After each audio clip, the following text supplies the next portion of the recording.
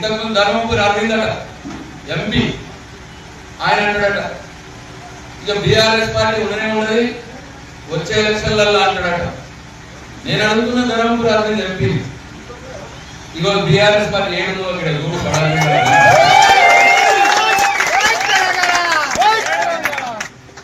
ఇంకా గమ్మత్ ఏంటంటే నేను బాండ్ పేపర్ మీద రాసిస్తే బీఆర్ఎస్ పార్టీ ఉండదు అంటున్నాడు.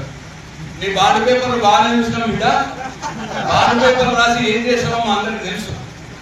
బాండ్ పేపర్ రాసి 5 ఏళ్ళు మోసం చేసినాం పసుపోటు తెస్తా అని చెప్పి. తీరా ఇప్పుడు పసుపోటు పెట్టినాం, అది బట్టి బోర్డున్న పసుపోటు, అది దానికి ఏం అధికారం లేదు. పసుపోటు పెట్టి సంవత్సరం అయింది, మొన్న పసుపు 8,000 నుంచి మొదలు పెట్టింది, మొత్తం 6,000 నుంచి మొదలు పెట్టిండ్రు, మొత్తం అమ్ముకున్నాక లాస్ట్ 12,000 చేసింది. అంటే పసుపోటు లేకున్న వాళ్ళు 10,000 ఉండే, పసుపోటు వచ్చినాక 6,000 అయింది పసుపు. ఇక నేను బాండ్ పేపర్ సంగతి నిజామాబాద్ జిల్లా ప్రజలందరికీ తెలుసు. మళ్ళీ ఇంకోసారి బాండ్ పేపర్ రాసిస్తా అంటే నమ్మటోడు ఎవరు లేడు. అరవిందు నీ స్థాయి ఎంతో గంతే మాట్లాడు.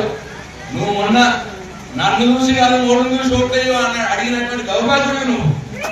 నన్ను చూసి కాదు మోడీని చూసి ఓట్లేయని అన్నారు. నేను అనుకుంటే ఈ దేశంలో ఏ క్యాండిడేట్ కూడా ఆ మాట అనడు. నన్ను చూడమంటారు, నా నాయకుడిని చూడమంటారు.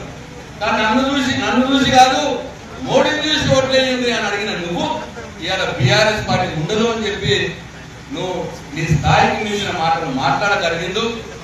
నువ్వు బీజేపీ వాళ్ళని పాపం నమ్మి ప్రజలు దేశం కోసమట దేనికోసమట అని నమ్మి ఓటేసి గెలిపించారు. 8 మంది ఎంపీలను చేసారు బీజేపీ వాళ్ళని తెలంగాణ రాష్ట్రం నుంచి. 8 సంచుల యూరియా బస్తాలు కూడా తీసుకురావాలి.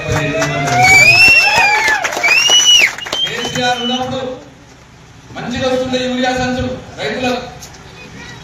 ఈ నరేంద్ర మోదీ వచ్చినాక 8 మంది బీజేపీ ఎంపీలు, 8 మంది కాంగ్రెస్ ఎంపీలు, మొత్తం 16 మంది ఎంపీలు. 16 మంది ఎంపీలు ఊడి ఒక్క సంచి రైతుకు ఒక సంచి యూరియా బస్తాలు తెలియకపోయేది. ఇక నువ్వు మాట్లాడబట్టి బీఆర్ఎస్ పార్టీ గురించి నువ్వు ఏం చేసినావు? బీజేపీ ఎంపీగా నువ్వు ఏం చేసినావు? ఈ ప్రజలకు ఏం చేసినావు? ఒక్కసారి ఏమైనా చెప్పగలుగుతావా ఎక్కడన్నా అని చెప్పి నేను ఎంపీ అరవింద్ని ప్రశ్నిస్తా ఉన్నా. కాబట్టి నీ స్థాయి మరవకు. నీకు వచ్చేసారి నీకేం లేదు. ఏదో మొన్నంటే నమ్మిన మోడీని చూసి ఏదో నీకు ఓటేసి వచ్చేసారి ఆ పరిస్థితి లేదు. తప్పకుండా ప్రజలు నీకు బుద్ధి చెప్తారు.